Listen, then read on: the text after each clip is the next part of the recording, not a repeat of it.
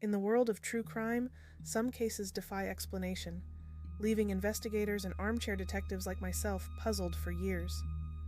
One such case is that of Kay Wenal, a socialite whose life ended tragically under mysterious circumstances.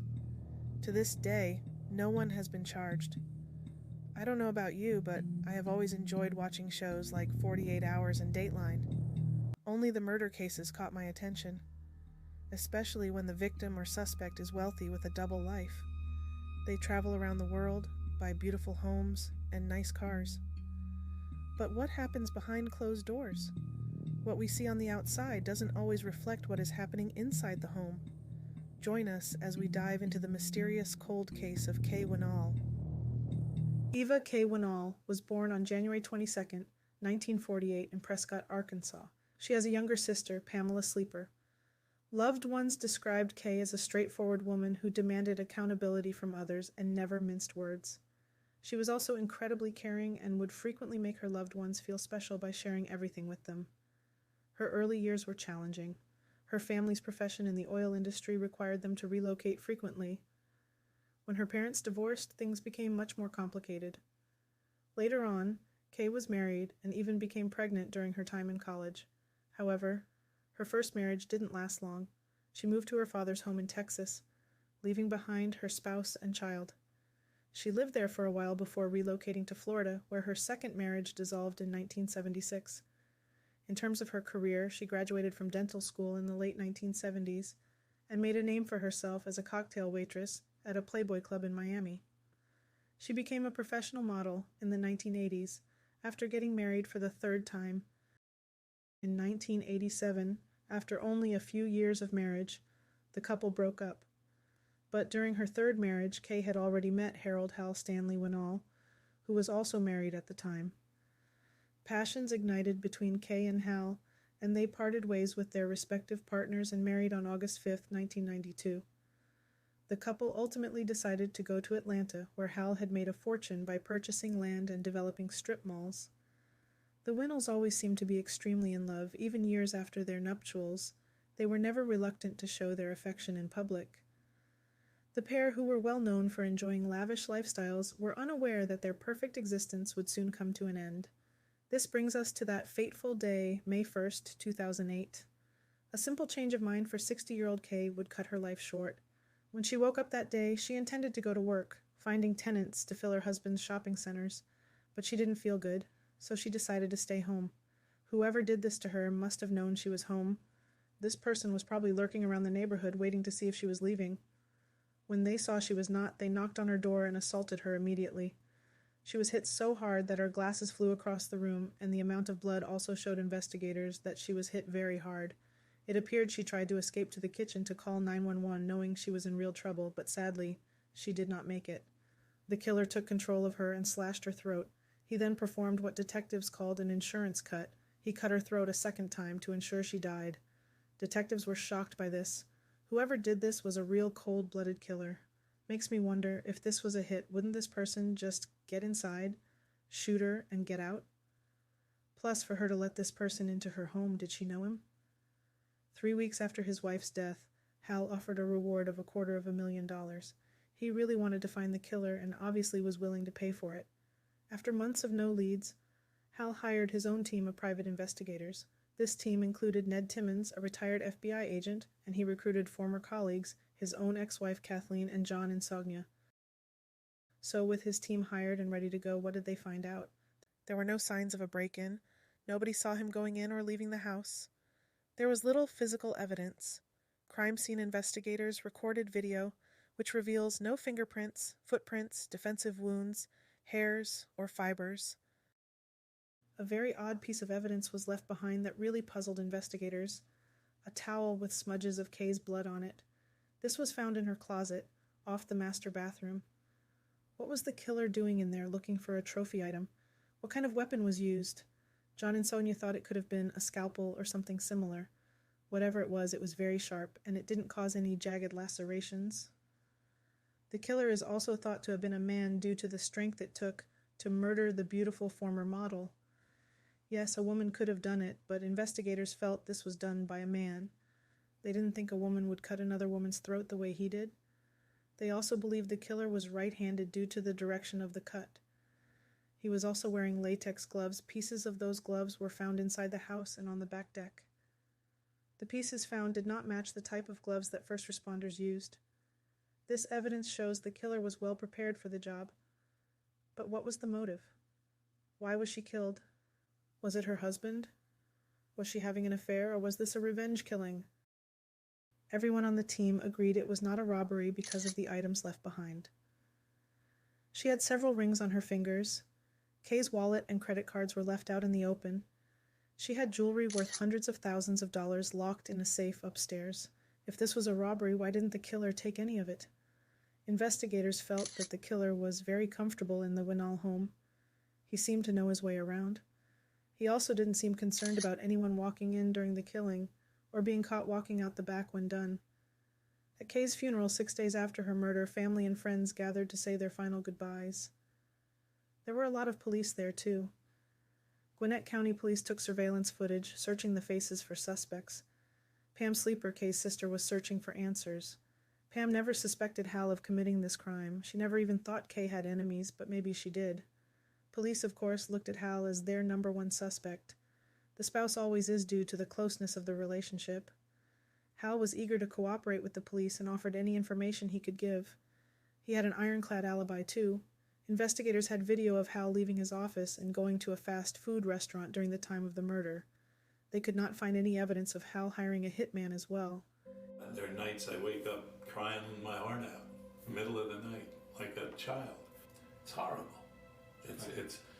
It's really horrible, and especially if you don't know why, if she was hit by a car. After hearing Hal's interrogation, the team didn't think he was the killer. They did feel that Hal was not divulging everything he knew, most likely to protect Kay's memory. If he gave all the secret details of her life, it would reflect poorly on Kay.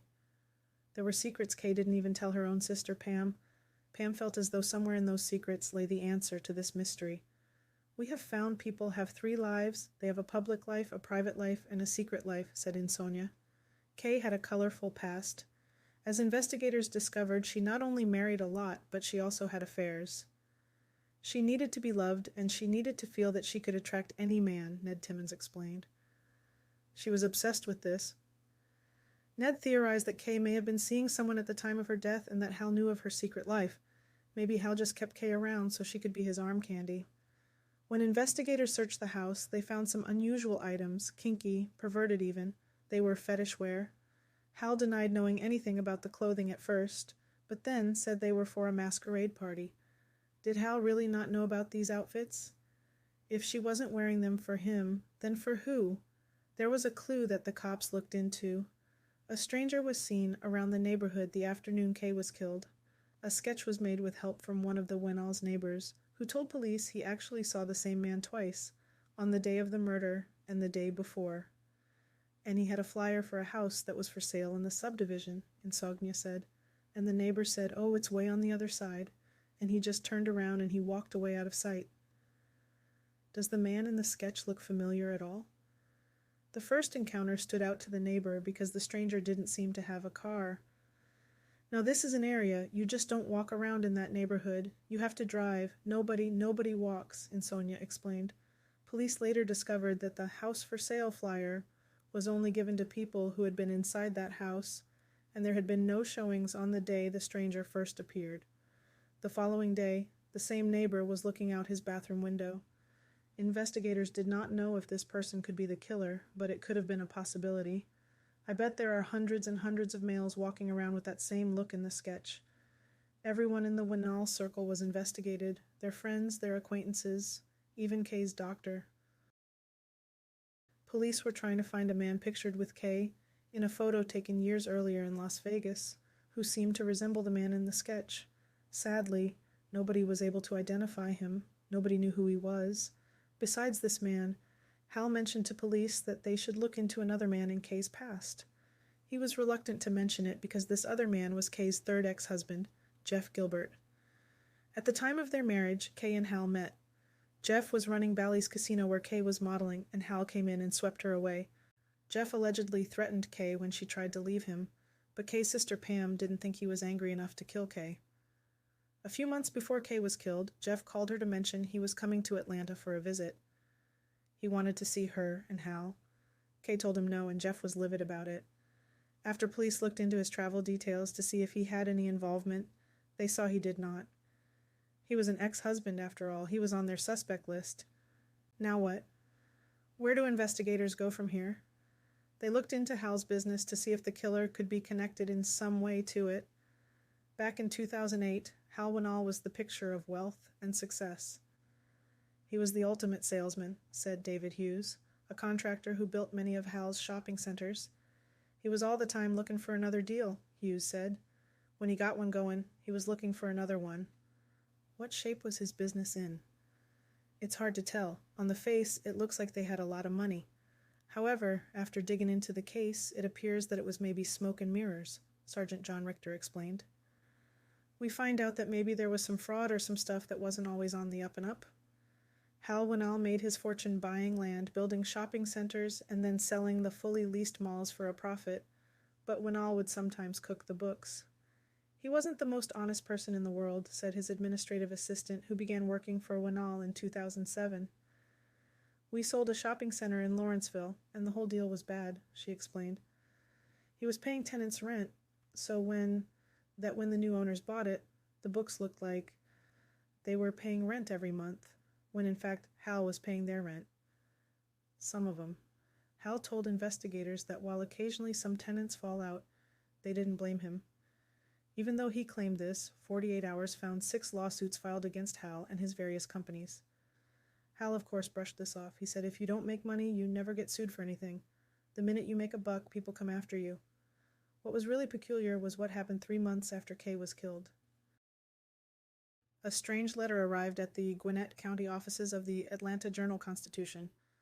The letter wasn't published back then, but it was given to the police. The police department wanted to meet with us, Kay's sister Pam said. They showed us this letter, cut out in little bitty individual different letters out of different magazines and all glued into this page, and it was shocking. The envelope, postmarked July 21st, 2008, had been mailed from Augusta, Georgia, some 140 miles away from where Kay was murdered. The letter and envelope were taken apart and carefully examined by the crime lab, but no DNA or other useful forensics were found. Whoever did it with gloves on. Cutting and gluing each letter, it had to be so time-consuming. After reading the letter, what do you think? Is it a jilted lover?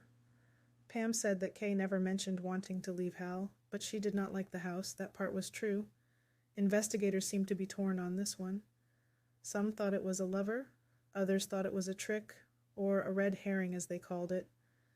FBI profiler Mary Ellen O'Toole said, "This is someone I think that's pretending to be the killer, to create this boogeyman suspect and to push the police away from the actual motive in the case. The writer may not be a jilted lover at all. From working cases like this, if this was a spurned lover, then this would not be the first note," O'Toole explained. A spurned lover is going to have notes preceding this one, where Kay is the most wonderful thing in the world. I love you, we're perfect together. Even if it's a delusional stalker, initially they love their victims. They're beautiful. They're going to spend their life together. It's only after a few letters that you see that transition to, "You are now this horrible human being. I hate you." Hal did not believe Kay was having an affair. He even told the police this. No evidence was found to support an affair theory. When the autopsy was done on her, there was no indication that recent sexual activity took place, even with her husband. Investigators thought maybe 2 people were involved, one who did the killing and one who put the letter together. O'Toole said writers of cut-and-paste notes tend to have one thing in common. They are women. She said she had seen them written by teenage girls, by middle-aged women, but the behavior at the scene, just that kind of violence, certainly suggested a male offender. Is it possible someone was interviewed, got scared, and came up with this note? This made police take another look at who was interviewed back in 2008. One of those people was Karen Scott. Karen worked for Hal, and she promoted herself as Hal's right-hand man, and she was an obvious suspect because of how close she was to Hal and Kay. The day Kay was killed, investigators discovered Hal Wenal and a colleague had brought breakfast to Karen Scott, who was home recovering from surgery. And later, when Hal discovered Kay's body, Scott was his first call. When taking a deeper look into Karen, documents showed Scott had ongoing financial problems, but Hal Wenal was a generous boss. According to a police report, Scott admitted to detectives that, with Kay's death, she possibly gained the opportunity to operate the company, but she also denied that she would have had any motivation to bring harm to Kay over those facts, and she described herself as Kay's best friend. Pam was surprised by the claim of Karen being best friends with Kay. She just did not believe it. Karen declined an interview at the time. Even so, police investigated Karen and her phone records. Her alibi checked out. After hearing all these details, what do you think? I wonder if Hal had not died in 2010. Would this have been solved?